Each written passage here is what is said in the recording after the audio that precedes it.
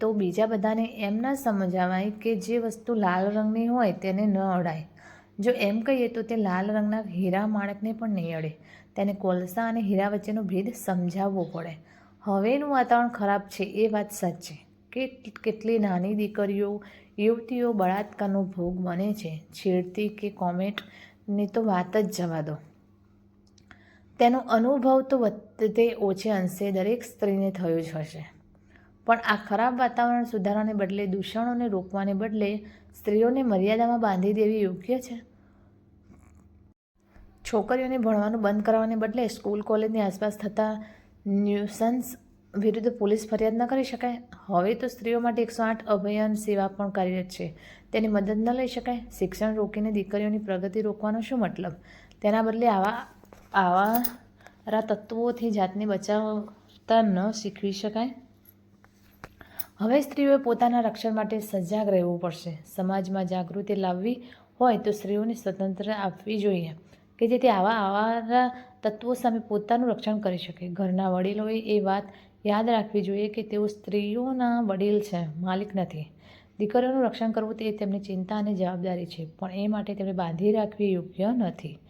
વડીલોએ કે પુરુષોએ પોતાની દીકરી કે પત્નીને સમજાવવી જોઈએ કે ઘરની બહાર નીકળતી વખતે આવી પરિસ્થિતિ આવે તો શું કરવું. તેમને પોતાની રીતે નિર્ણય કરવા દેવો જોઈએ.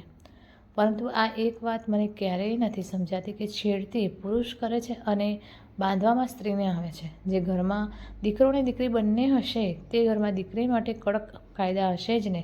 હશે જ કે આ સમયે ઘરે આવી જવાનું, કે આવા વસ્ત્રો નહીં પહેરવાના, ક્યાંક બહાર જતી વખતે પણ સાથે કોણ છે, ક્યાં જાય છે, કેવી રીતે જશે, ક્યારે આવીશ, એ બધી પૂછપરછ માતા પિતા કરે છે. અને એ જ ઘરમાં દીકરો પોતાની મરજી મુજબ કયા વગર ગમે ત્યારે બહાર જઈ શકે છે.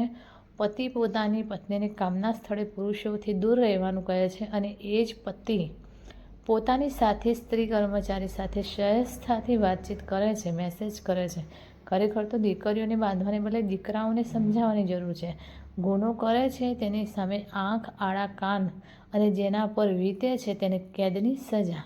આજ્ઞાનો ન્યાય. થોડું દીકરાઓને સમજાવીએ. પુરુષો જાતે સમજશે તો આ લક્ષ્મણ રેખાની જરૂર નહીં પડે. જોકે આજની યુવતો માટે લક્ષ્મણ રેખાની જરૂર નથી. તેઓ જાતે જ પોતાની રેખા બાંધી શકે એટલી મજબૂત અને બુદ્ધિશાળી છે. આમ પણ સ્ત્રીઓમાં એ સેન્સ છે કે એક નજરમાં તે જાણી લે કે સામેના પુરુષની આંખમાં શું છે, લાગણી કે લોલુપતા, અને તે પોતાની જાતને ત્યાંથી ખસેડી લે છે. એટલે સ્ત્રીને બાંધવાને બદલે તેને આવા સમયે યોગ્ય નિર્ણય લેતા શીખવો, જાતને બચાવતા શીખવો. તો તમે શું માનો છો? કોને રોકવાના છે? ઘરની સ્ત્રીઓને કે સામાજિક દૂષણને? લક્ષ્મણ રેખા કોના માટે બાંધવી છે? સ્ત્રી માટે કે પુરુષો માટે?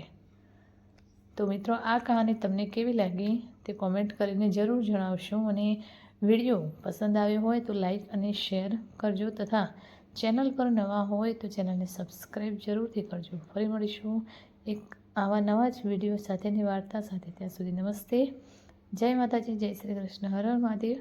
Thanks for watching.